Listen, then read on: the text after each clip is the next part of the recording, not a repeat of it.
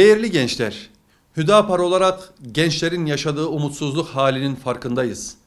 Ve umutsuzluğa sürüklenen gençlerin elinden tutmak için çağrıda bulunuyoruz.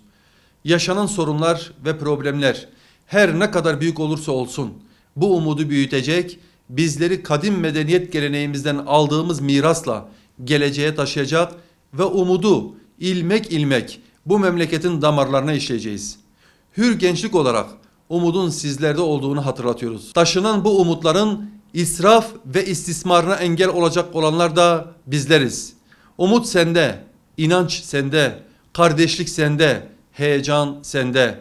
Yeniden bir medeniyet inşa edecek olan senin aklında, gönlünde ve vicdanında. Ortaya koyacağın irade, taşıdığın umudun değerini bilenlerden yana olmalı. Ortaya koyacağın irade, umudun sende olduğunu bilmeli. Ortaya koyacağın irade, umut istismarcılarına atılan bir tokat olmalı. Ortaya koyacağın irade, umudundan aldığın ilhamla geleceği inşa etmelidir. Bu duygu ve düşüncelerle 30 Ekim Pazar günü saat 16'da Adana Amfiteyatrosu'nda başlayacak olan final etkinliğimize tüm gençlerimizi bekliyoruz.